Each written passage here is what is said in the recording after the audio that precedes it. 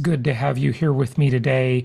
And we are starting off the new year with a bang. I hope your New Year's off and your resolutions are underway and you're making stuff happen. You're probably at the gym, like most of the world, right? And the thing is, stay consistent with it. You got to stay consistent with it, right?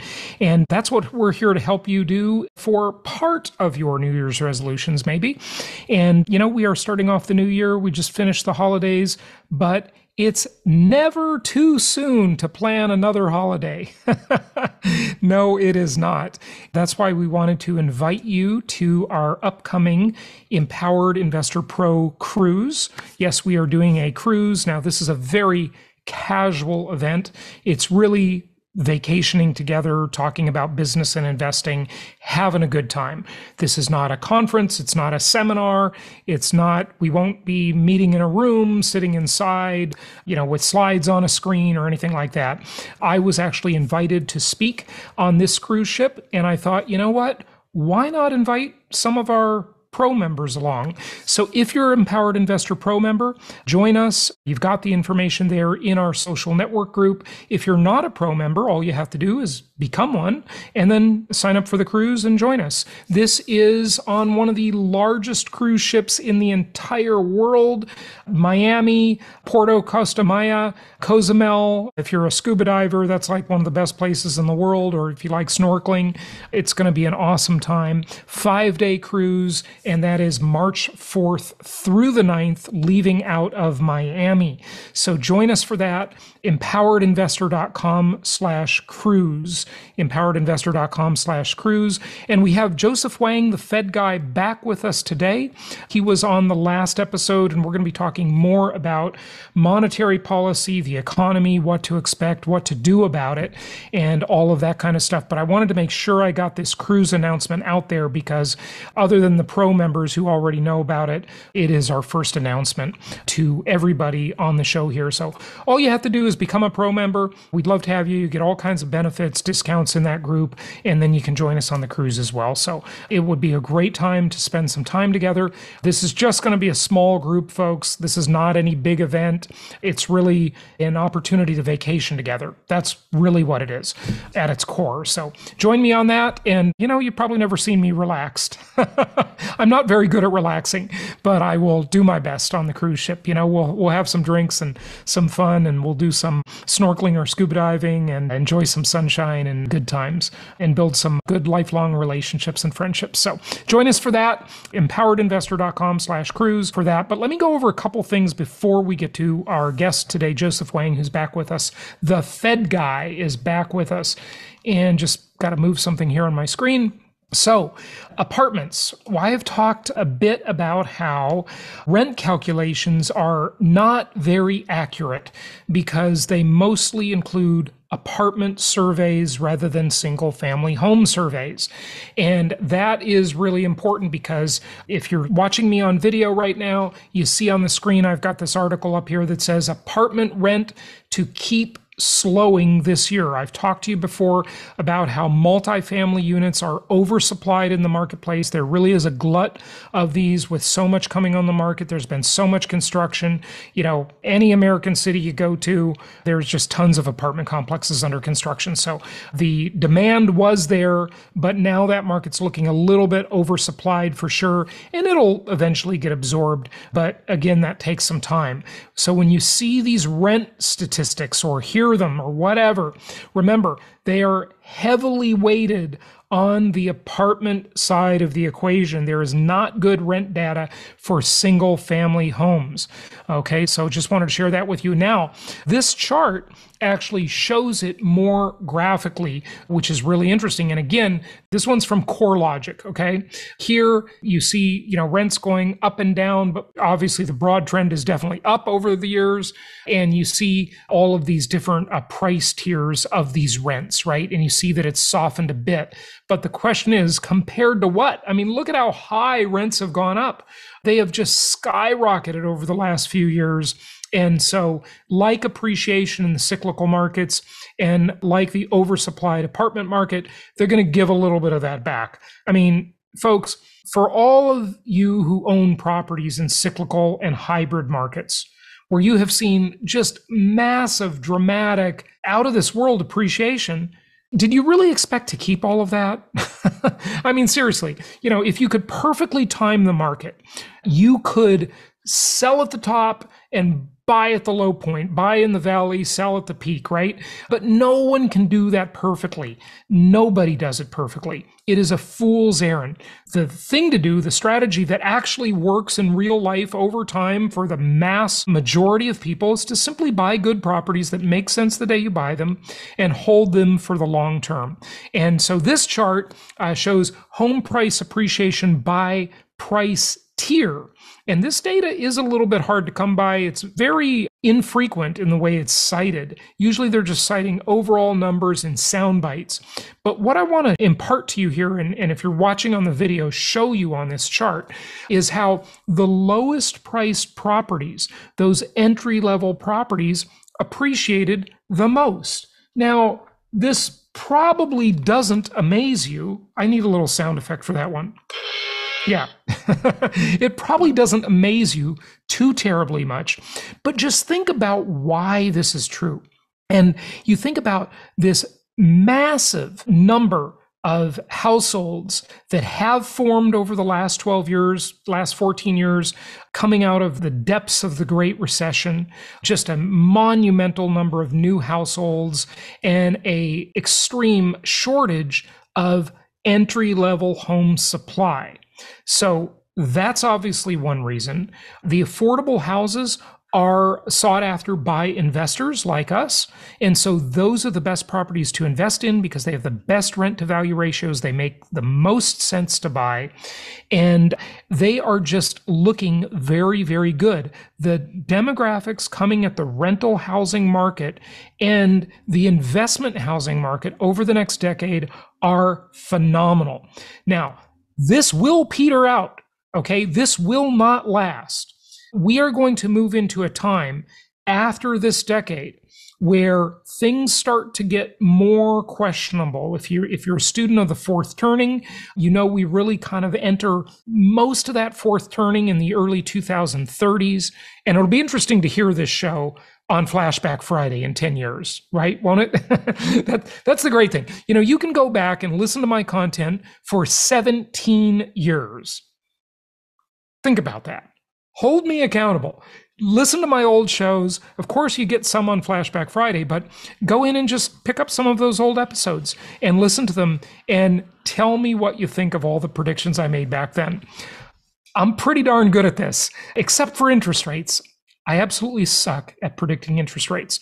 So don't take my word for it on that. But on this other macro stuff, these other trends, I mean, when you've been doing this for so long and you look at all this data and you're constantly reading articles and you're just constantly immersed in this, you really get a sense of where it's going. And where it's going, the broad macro term, regardless of the recession they got to declare a recession this year. I mean, it's hard to say we're in one because not exactly. Employment is so good. How can we be in a recession? Yada, yada, yada. But overall, I think we're going to hear about a declared recession this year. That doesn't mean there's a housing recession, though. That doesn't mean there is an oversupply because there's a massive undersupply, especially in the low-priced entry-level homes.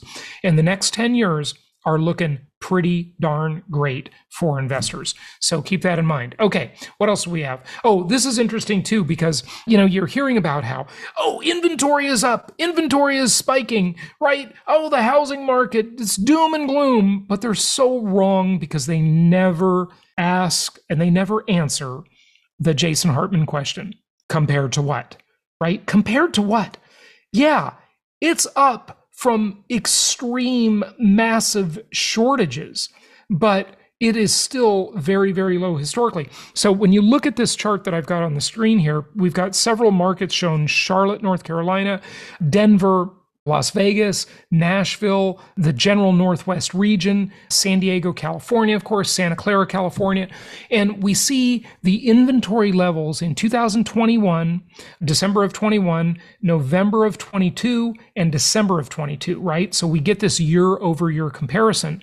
And we see that inventory levels year over year up in most of these markets, and mostly the cyclical markets, with the exception of San Diego. And I'm not sure why that is the case. I have to delve. There just must be something going on there, or maybe the stats are wrong. I don't know, because that does seem very odd to me. But look at Santa Clara, California. Inventory up year over year by 79.9%. Let's just call it 80%. But the interesting thing is, month over month, inventory way down in all these markets. Now, I've talked to you before about how when you move into a new year, it does take a little bit of time to get into the new year and kind of catch the vibe of it. And we're going to be talking about that a lot at our upcoming Empowered Investor Live conference that is almost sold out. So if you want to join us, grab a ticket. Also, we did decide just yesterday afternoon that we are going to be offering a live streaming option, because several of you have asked for it, and we want to offer that for you. And then, of course, if you can't attend, you can get the recordings. We will make those available after the event. But there is a special deal on the recordings if you attend the live event. So it's kind of worthwhile economically, and you really just get so much more out of attending a live event, especially the networking and the new friendships, the new relationships, and the stuff that you kind of casually talk about with people and casually hear, having your ear to the ground, so to speak. And if you can attend live, you definitely want to join our Empowered Investor Pro group and join us on the upcoming cruise too. Okay, so lots of opportunities to connect with us. And let's go ahead and get to our guest, Joseph Wang. He's here for the second time, and we will dive into part 2 with the Fed Guy. So here we go. But if you have a time when these different types of money can't be converted, then you can easily lead to panic, and that leads to a lot of disruption. Now, I'll give a couple examples. So the classic panic, of course, is if you have a bank deposit, but you can't convert that to currency. So you show up at a bank, you ask to withdraw money because you want some currency. Yep. The bank says, I don't have any currency. That's what Jimmy Stewart says in It's a Wonderful Life, right? Yeah. The movie, yeah. And then you have tremendous panics. So that actually used to happen a lot throughout the history of the US. So right. A bank would run out of currency. Everyone would think that the bank is going under. Then you could have long lines outside of the bank, everyone trying to withdraw. And the bank, which actually was in good condition, suddenly is in bad condition because they have to fire sell some assets to make those withdrawals. And then, that's bad for the economy, bad for the markets. Another example where money is not convertible would be what happened in March 2020. So in March 2020, you had a whole bunch of investors who held treasuries as their form of money, and they went to their broker and they tried to sell the treasuries for cash. What happened back then was that individuals were going to their investment manager and asking for cash because they were worried. The investment managers then would have to sell some of their treasury securities to raise cash and meet the redemptions. The problem was that all the big investment community people showed up at their broker dealers, tried to sell the treasuries, and they weren't able to.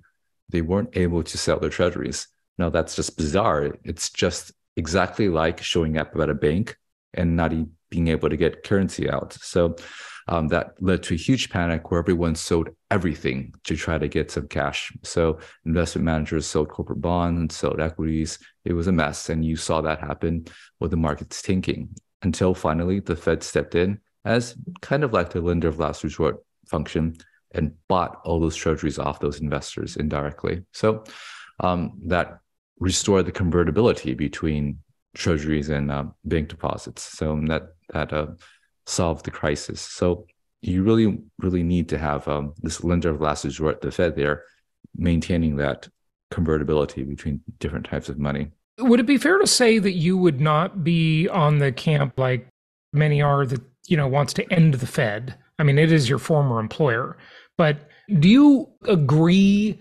overall with the idea of having a central bank like the Fed and their ability to create money?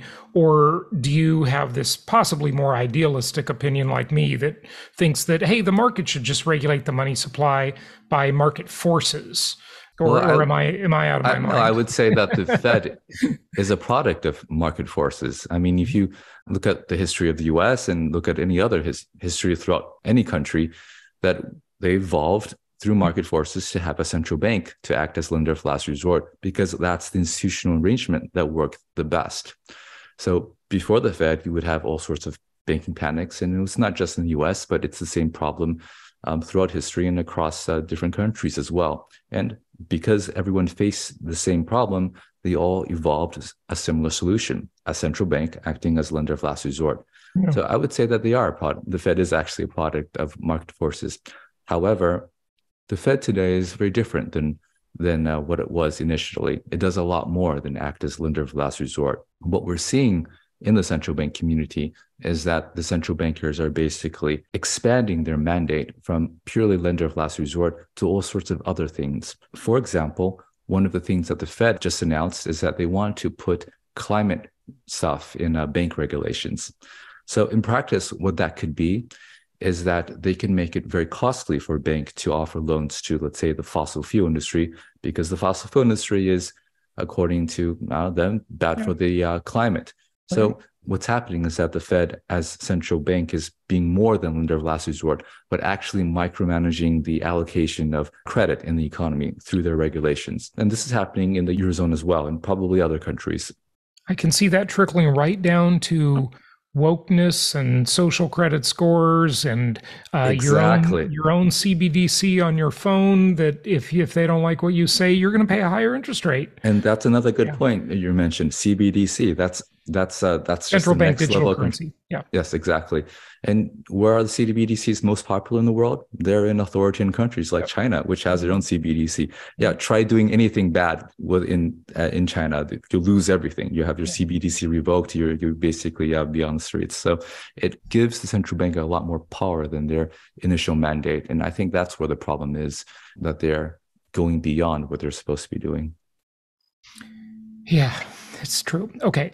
One last question about this. In the next chapter where you talk about shadow banks, these other organizations that aren't really the banks, but they're like the shadow banks, you talk about primary dealers, money market mutual funds, exchange traded funds or ETFs, mortgage REITs, real estate investment trusts, private investment funds, and securitization. I really only want to ask you about one of them, just in the interest of time, and then get on with what we can expect in the future. And that's the primary dealers, because people hear that phrase a lot, right, in the financial media. What is a primary dealer? Explain that to our listener. What is that? What does it mean? What do they do? And what is the impact on regular people? Yeah, so the dealers are actually the most important part of the financial system that most people have never heard of. So before I joined the Fed, I was very familiar with what a dealer is. I guess I would think of the dealer like kind of like a supermarket for financial products. So, for example, if you are an investor and you have a corporate bond or a treasury and you want to sell that to get cash, what you have to do is you have to call a dealer, and the dealer will quote you a price, and then you sell it to the dealer.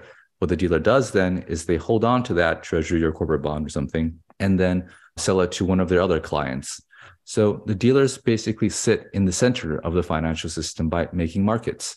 If you want to do some really fancy derivative thing, some kind of, let's say a CDS or a swap or something like that, then you have to do it with a dealer. So the dealers stand in the middle. They take principal risk sometimes, or sometimes they just put two clients together who want to do the same trade. So they're kind of the glue that keeps the financial system together. A primary dealer is a special kind of dealer, one that's able to trade with the Federal Reserve. So it's a special designation that you have to apply to get. And if you can trade with the Fed, it comes with some advantages. You can have access to some of the Fed's special lending facilities, but it also means that you're kind of a conduit through which the Fed implements monetary policy. Again, going back to quantitative easing, when the Fed goes out and they buy a lot of treasuries, they're buying them from the primary dealers. because the primary dealers are basically only people the Fed is willing to trade with. So you become part of the apparatus that implements monetary policy. And these are private firms, right? And these are private firms. Okay. And they are And why aren't most they of, called brokerage firms? I mean, aren't they just well, brokers? so a broker and a dealer, well, they're usually called broker dealers is a term Yeah, actually. right. Sure. But a broker and a dealer are a little bit different. So a broker is someone who doesn't take principal risk. So if you're a broker, pure broker, you have someone who's a seller, then you go out and you find someone else who's a Okay. buyer. They take principal risk because they actually buy the asset and then resell it, right? Yes, Okay, exactly. So they they're take they're principal risk. they're not a consignment store. They're actually buying the asset and then Yes, reselling the asset. exactly right. They're buying the asset. So that's why they're important because, for example, going back to March 2020, when everyone wanted to sell their treasuries to get cash, well, then they have to sell it to a dealer. And the dealers are very big, but they're not infinite. So it's possible for them to not be able to buy any more securities. And they can't buy anymore, then there's no liquidity. You can't turn your treasuries into cash. Then the liquidity seizes up and the system seizes up, right? Exactly. Okay, and that's very bad. And that happened during the Great Recession. That precipitated the Great Recession. Exactly. So back then, one of the dealers was going to go under, and the other dealers weren't really sure who else was also going to go under. So they wouldn't trade with each other. So there was no liquidity. So who are these dealers? Have we ever heard these company names, the names of these firms? Does anybody hear the names? Everyone's heard of them. They're the biggest banks throughout the world. So there's a list of them on the New York Fed's website. I think there's 24 now. It's the who's who of big banks, JPM, Goldman Sachs, a lot of foreigners as well. Barclays. So they're just the big players that we've all heard of. Yep. It's just they have a certain division of that company that is a dealer. Right? Exactly. Okay, got it. Exactly. Okay, good. All right. Well, hey, let's roll into what people can expect. I mean, we've seen some big changes. We went from this time that a lot of people are wrongly using as a benchmark, like the last 2 years, which are just a total outlier. And I don't know why anyone would compare anything to the last 2 years because that's just an outlier, okay? A once in a many lifetime event. What can we expect going forward? I think we're at the cusp of a fundamental regime change in how the economy operates. And so what we see in the future will not be what we have in the past. And I'll tell you why. So the biggest change that's happening right now is that we are having a structural decline in the labor force. So for all of the history of this country, at least, we had a continually growing labor force. Right. But the boomers had smaller families. So now, as time goes on, the amount of people who are the labor force, the prime labor force, which is decreasing. So we're not going to have a constantly growing labor force.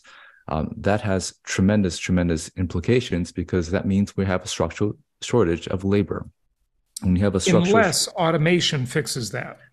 Yeah, right? That's possible. And, we have some pretty promising advances in AI, but, that's always speculative to see how technology would change. But at the moment, what we see so far is that this was always going to play out, but it's actually happening earlier than thought because the boomers have retired earlier than expected. So the labor shortage that we were always going to have is happening now. And we see that everywhere in the US and as well as in other countries, let's say Canada and Western Europe as well. So when you have very low unemployment rates and you have wages continuing to increase, that's shortage of labor and it's everywhere. And that is wage inflation is very inflationary, right? Yes. Yeah. Wages are the largest input to any service. And when you have wages going higher, that means the prices of those services are also have to go higher to pass that cost up. So that's what I think is going to happen in the next decade for the foreseeable future. We have constantly rising wage inflation from structurally shortage of labor. And that has big implications because it changes where interest rates will be, and it also changes the Fed's reaction function. So in the past few decades, whenever we had a recession, that was really because there wasn't enough demand. So let's say you're a factory, you can produce 100 cars a year. When there's not enough demand, then you're producing less, and then prices go lower because you're trying to sell more. to try to get rid of your inventory. Right. So that's what a recession is. You were producing 100 cars, now you're producing 99 because there's not enough demand. And what the Fed would do then is they would cut interest rates to try to stimulate demand, so to keep employment back up and keep inflation back higher. But now, when you have a recession, and of course, the economy is always heading into a recession because things are cyclical. It's not because there's not demand, but it's because there's not enough supply of labor. So if that same factory could be producing 99 cars instead of 100 because they can't find enough employees to operate it. So that's really different, because when you have less supply driving your recession, you still have less output. And that's what a recession is, a decline in real economic output. But the implication is that, one, prices will continue to rise because you have demand for your cars. It's just that you can't make enough of them. And it also means that rather than the Fed cutting rates to try to stimulate demand, the Fed is going to be raising rates to choke off demand. And, if that's the case, if we do have a structural shortage of labor going forward, then we can expect interest rates to stay high for the foreseeable future. Interesting. Even if we have a recession. Those rates would stay high, but we'd also have inflation at the same time, right? Yeah. So there's another way to think about this. So the Fed has full employment and price stability as their two mandates, but the two often are in conflict, because when you raise rates, you usually jack up unemployment, even though you get prices down, and vice versa. But if you have structurally shortage of labor, then you can just worry about one thing, that is inflation. And so that can gives you the political cover, so to speak, to keep rates higher than the market expects. And I think that it seems to me that most investors haven't really digested this fundamental change in how the economy is working. And that's why they still think that the Fed is imminently going to cut rates and make the recession go away. If the recession is due to supply constraints, then, cutting rates doesn't actually fix anything. So when you say high rates, does that mean where we are now, or higher? Yeah. Or I think a little so. lower? I think 5% federal funds rates. And I think that the longer end would probably go higher as well, in my view. And that has to do with the fact that the US government is selling a lot of debt. If you look at the deficit, the deficit for the US is about $1 trillion a year, and it's forecast to continue to grow for the next decade. The supply of Treasury securities, so to speak, is continually increasing every year in a way that is obviously not sustainable. So you're going to have to find new investors who are willing to buy Treasury securities at a time when inflation is high. So that likely suggests to me that the market clearing price for Treasuries, the market clearing yield, is higher than it is today, and will remain that way. And so in that environment where you have high inflation and high rates at the same time, which is the environment we have now, basically, but you're just saying that'll continue. Right. What gives? I mean, my answer is the standard of living just declines. Is that true in your eyes?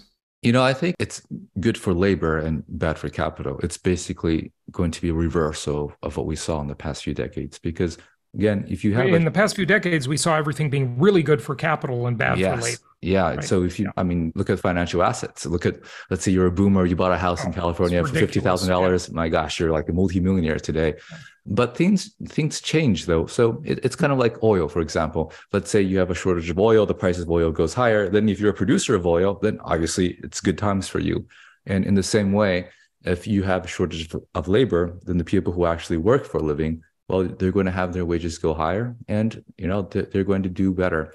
And that's bullish for things that I think the consumers purchase. And that could be things like, consumer discretionaries, cars, things like that. So you probably have to do more analysis, because there's also a supply side, not just a demand side. But if you're just someone who had a whole bunch of money that was investing, well, I think inflation is probably going to erode that. Yeah. The problem is, though, is it bad for capital and good for labor? The problem is all of those people laboring to earn their incomes, they have to go out into the marketplace and try to buy a car and finance it, and buy a house and finance it. And it's not good for them in that respect. So, unless their wages beat the high rates and the high inflation at the same time, which is extremely extremely unlikely in my eyes, because if wage inflation is 8% a year, which is pretty good, right? That'd be a high COLA adjustment, cost of living adjustment. And if inflation is the stated rate is 8 or 9%, and then you also have to pay high rates to borrow to buy your car or your house or pay your student loan or your credit card debt, you're falling way behind. And of course, we know the official rate of inflation does not reflect the real rate ever, or at least not since 1980 or so.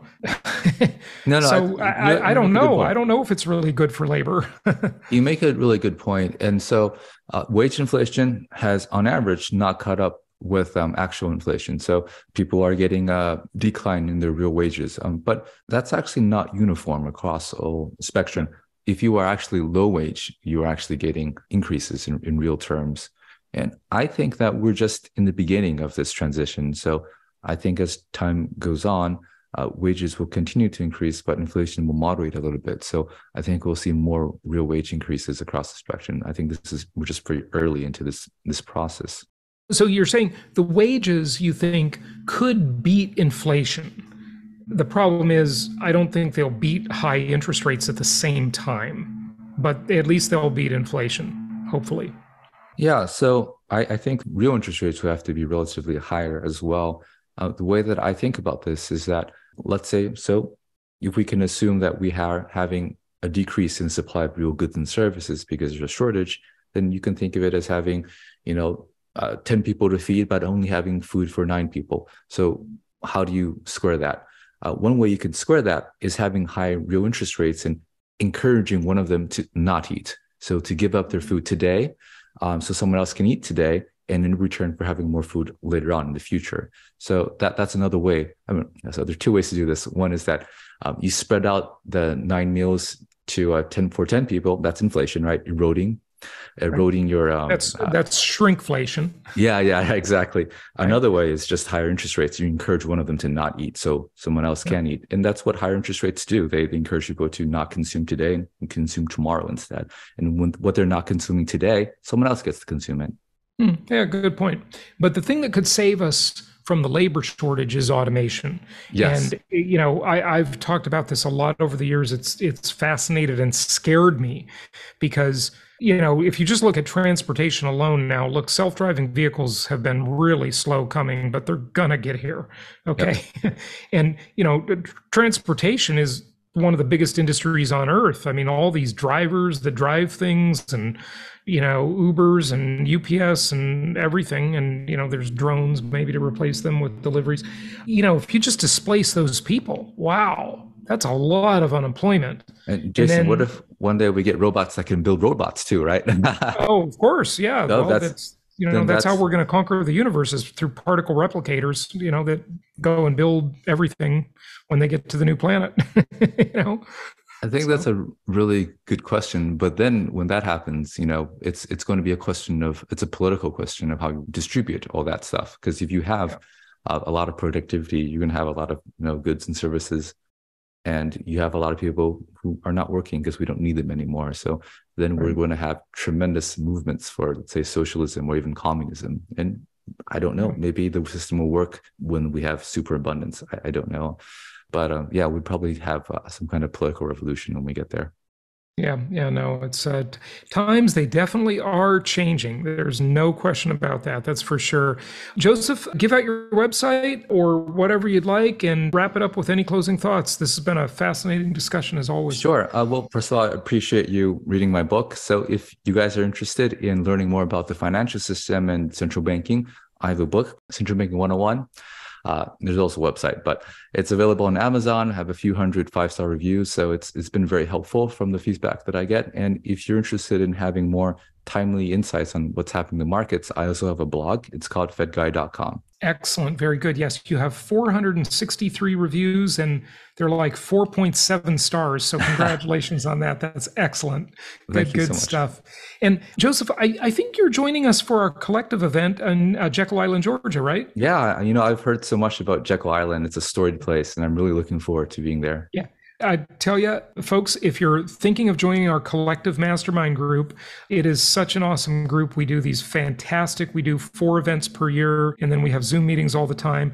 I took my mastermind group, my old mastermind group, about 5 years ago to Jekyll Island, Georgia, and we had our meeting in the Federal Reserve Room, and we're repeating that now for the collective. We're having our meeting in the room where they formed the Federal Reserve just over 100 years ago. It's a beautiful resort. I mean, all these elites back in the day, that's where they went to make the Federal Reserve. So that's where we're going, and that's just a few months away. So go to thecollectivemastermind.com if you'd like more info on that, or just reach out through jasonhartman.com. We're happy to help on that. And I'm looking forward to hearing your speech at that event, Joseph. It's going to be great. I mean, you are the Fed guy, so we have to have you speaking, and we're looking forward to that. So good stuff. All right. Thank you, Joseph, and thank you, everybody, for listening. And until next time, happy investing. Bye.